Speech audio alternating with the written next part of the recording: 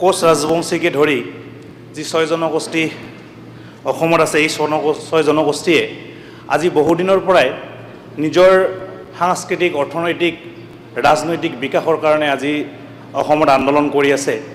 ঠিক একেদৰে কোচ ৰাজবংশী জনগোষ্ঠীটোও আজি বহুদিনৰ পৰাই অসমত নিজৰ অৰ্থনৈতিক, সাংস্কৃতিক, ৰাজনৈতিক সকলো দিশত বিকাশৰ কাৰণে বা নিজৰ জাতিটোৰ উত্তৰণৰ কাৰণে তেওঁলোকে কাম কৰি আছে আৰু আজি অসমখনত আন্দোলন কৰি আছে। আপুনি দেখা পাইছে।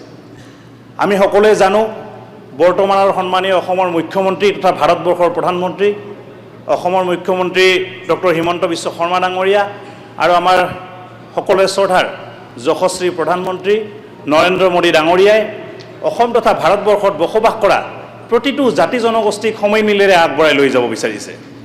আৰু এই কথাটো বৰ্তমান সময়ত অতিকৈ গুৰুত্বপূৰ্ণ। অসমখনক আমি আগবঢ়াই যদি লৈ যাব লাগে তেতিয়াহ'লে প্ৰতিটো জাতি জনগোষ্ঠীক আমি আগবঢ়াই লৈ যাব লাগিব। আৰু আমি দেখা পাইছোঁ বৰ্তমানৰ আমাৰ সৰ্বকালৰ সৰ্বশ্ৰেষ্ঠ মুখ্যমন্ত্ৰী ডক্টৰ হিমন্ত বিশ্ব শৰ্মা ডাঙৰীয়াই ইয়াত বসবাস কৰা প্ৰতিটো ক্ষুদ্ৰ ক্ষুদ্ৰ জাতি জনগোষ্ঠীৰ কালচাৰসমূহ, প্ৰতিটো জাতি জনগোষ্ঠীৰ অৰ্থনৈতিক বিকাশ কৰাৰ কাৰণে, ৰাজনৈতিক বিকাশ কৰাৰ কাৰণে তেখেতে কাম কৰি আছে। আৰু আমি অতিকৈ আনন্দিত। আমি এই বুলিও দেখিব পাইছোঁ যে এইখন বিধানসভাতেই আমি কোচ ৰাজবংশী জনগোষ্ঠীত আমাৰ যদিও ভাষাটো স্বীকৃতিপ্ৰাপ্ত হোৱা নাছিল, তথাপিও আমাৰ জনগোষ্ঠীটোক সন্মান জনাই তেখেতে আমাৰ নিজৰ ভাষাতে তেখেতে ইয়াতে আমাক এই বুলি শপত বাক্য পাঠ কৰিবলৈ সুযোগ দিছিলে। গতিকে আমি নিজকে আনন্দ অনুভৱ কৰিছোঁ, গৌৰৱ অনুভৱ কৰিছোঁ যে আমি এইখন অসম ৰাজ্যৰ আমি সন্তান, আমাৰ এই বৰ্তমানৰ যশস্বী মুখ্যমন্ত্ৰী ডাঙৰীয়া আমাৰ যথেষ্ট কাম কৰি আছে। কিন্তু আপোনালোকে সকলোৱে জানে অধ্যক্ষ ডাঙৰীয়া, আমাৰ জনগোষ্ঠীটো উত্তৰণৰ কাৰণে আমাৰ কোচ ৰাজবংশী ছাত্ৰ সন্থাকে ধৰি আন বিভিন্ন স্বগোষ্ঠীয় জাতি জনগোষ্ঠীয় সংগঠনসমূহে বিভিন্ন দিনৰ পৰা আন্দোলন কৰি আছে। কিন্তু আমি দেখিবলৈ পাইছোঁ আজি আপোনালোকে দেখিছে যে অসমত বসবাস কৰা যি কোচ ৰাজবংশী জনগোষ্ঠীৰ লগতে 6টা জনগোষ্ঠী আছে, এই জনগোষ্ঠীসমূহে যি জনজাতিকৰণৰ কথা কৈ আছে, এই জনজাতিকৰণৰ ক্ষেত্ৰত কিন্তু আমি যিমান সোনকালে এই জনজাতিকৰণটো পাব লাগিছিল, এই জনজাতিকৰণটো পোৱা নাই। আমি দেখিবলৈ পাইছোঁ যে ইয়াত থকা যিসকল আমাৰ ট্ৰাইবেল জনগোষ্ঠী আছে তেওঁলোকে বিভিন্ন সময়ত এই বস্তুটোত আখোৱাৰ কথাটো তেওঁলোকে কৈ আহিছে আৰু ক'বই অধ্যক্ষ ডাঙৰীয়া, কোৱাটো দৰকাৰ আছে। কাৰণ নিজৰ জনগোষ্ঠীৰ অধিকাৰটো ৰক্ষা কৰিবলৈ সকলো জাতি জনগোষ্ঠীয়ে চিন্তা কৰে আৰু সেই ক্ষেত্ৰত আমিও তেওঁলোকক সন্মান জনাব বিচাৰিছোঁ।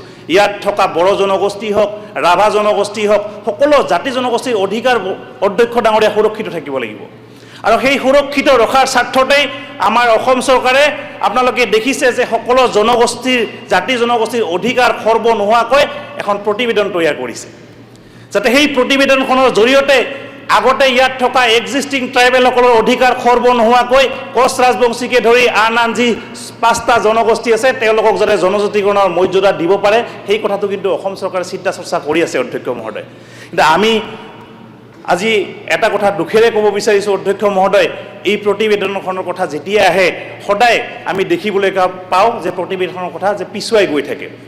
আজি অসমত বসবাস কৰা এই 6টা জনগোষ্ঠীয়ে এইখন চৰকাৰৰ ওপৰত বহু আশাৰে ৰৈ আছে অধ্যক্ষ মহোদয়, যে এইখন চৰকাৰে যিহেতু ইয়াত বসবাস কৰা প্ৰতিটো খিলঞ্জীয়া জাতি জনগোষ্ঠীক গুৰুত্ব দি আহিছে, গতিকে আমাকো তেওঁলোকে সঠিক এইখন চৰকাৰে মৰ্যাদা দিব।